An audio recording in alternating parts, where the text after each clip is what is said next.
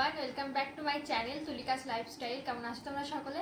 আশা করছি সকলে ভীষণ ভালো আছে। আমিও কিন্তু বেশ ভালো আছি। তুলিকাস লাইফস্টাইলে আরও একটি ভিডিওতে তোমাদের সকলকে জানাই অনেক অনেক ওয়েলকাম।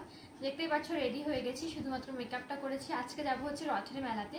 রথের দিন যেতে পারিনি কারণ আমার হাজব্যান্ডের ডিউটি ছিল, তো আজকেও বাড়ি আসলো, তো আজকে যাব। আমাদের এই বঙ্কিমনগরে একটা রথ হয় ছোটোখাটোর মধ্যে, তো সেই মেলায় যাব।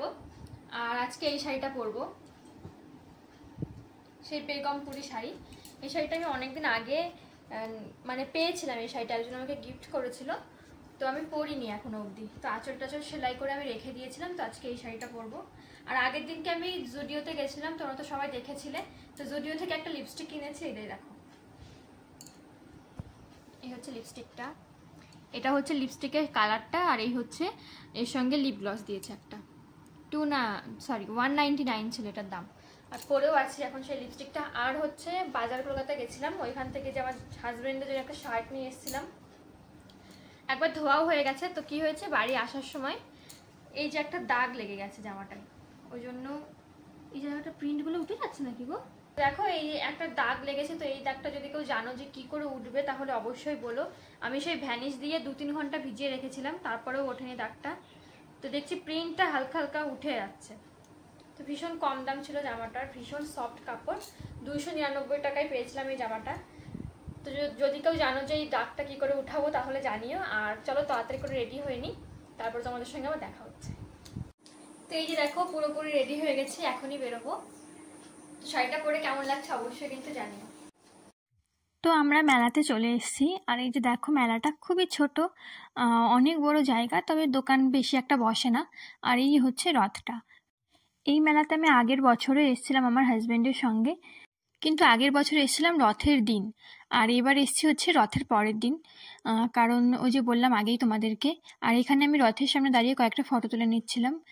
আর এইখানে দেখছিলাম হচ্ছে আমি চিরুনি, তো দুটো চিরুনি নিয়েছি, তোমাদেরকে বাড়ি গিয়ে দেখাবো।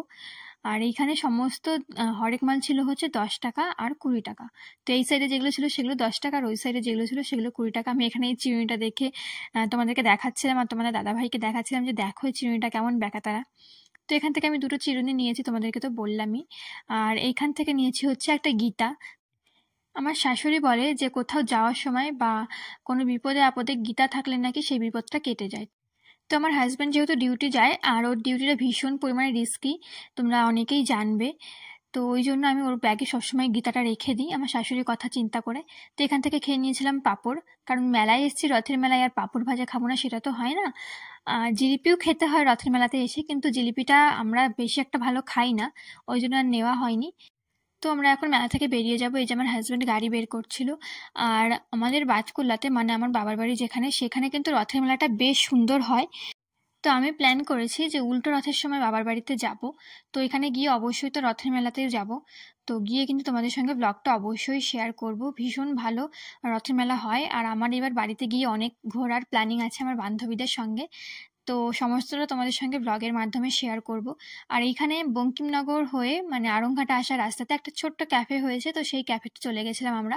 গিয়ে ভেবেছিলাম মোমো খাবো, কিন্তু মোমোটা হয়নি। ওইখানে বললো যে আধা ঘন্টা লেট করতে হবে, তো অতটা টাইম আমাদের কাছে যেহেতু ছিল না, ওই জন্য আমরা এখান থেকে একটা কফি নিয়ে নিয়েছিলাম। এতটা সুন্দর ছিল কফিটা, তোমাদেরকে কি বলবো, মনে হচ্ছিল যেন আরও 2 কাপ খাই।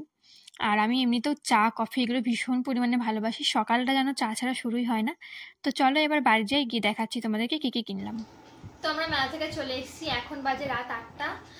6টার দিকে গেছিলাম, অনেকটাই ঘুরলাম। আর আসার সময় একটা ক্যাফেতেও গেছিলাম। ক্যাফের চা না, ওটা কফি ছিল। কফিটা এত টেস্টি ছিল যে এখন অব্দি মুখে লেগে আছে, এতটাই সুন্দর লেগেছে খেতে। আর আজকে হচ্ছে একটা নিমন্ত্রণ আছে, সেটা হচ্ছে আমাদের পুরোনো বাড়ি যেই পাড়াতে ছিল সেই পাড়াতে একটা বাড়িতে নেমন্তন্ন আছে, একটা অনুষ্ঠান, ওইখানে যাব। যদি যাই তাহলে এই শাড়িটা পরেই ভাবছি চলে যাব। আর মেলা থেকে তেমন কিছুই কিনিনি, তো কি কিনেছি সেটা তোমাদেরকে দেখাই। চলো, দেখানোর মতো কিছুই কিনিনি, তবুও দেখাচ্ছি। সেটা হচ্ছে যে দেখতেই পেলে আমি চিরুনি দেখছিলাম, তো এই চিরুনি দুটো কিনেছি, আমার ভীষণ পছন্দ হয়েছিল। চিরুনি দুটো ভীষণ সুন্দর, দেখো গ্লেজ দিচ্ছে,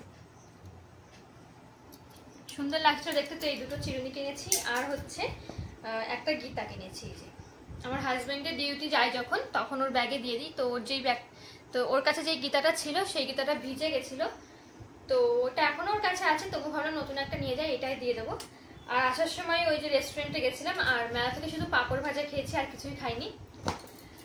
আর আসার সময় হচ্ছে একটা সায়া নিয়ে এসেছি। আমার একটা কালো কালারের শাড়ি আছে, অনেক দিন ধরেই রয়েছে, পরবো পরবো করে এই সায়ার অভাবে আর পরা হচ্ছে না, তো এই কালো সায়াটা নিয়ে এসেছি আসার সময়।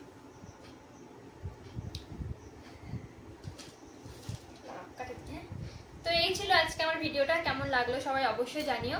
ভালো লাগলে অবশ্যই একটা লাইক করো, একটা কমেন্ট করো, আর আমার চ্যানেলটা সাবস্ক্রাইব করো। দেখা হচ্ছে খুব তাড়াতাড়ি নতুন একটা ব্লগে। টাটা।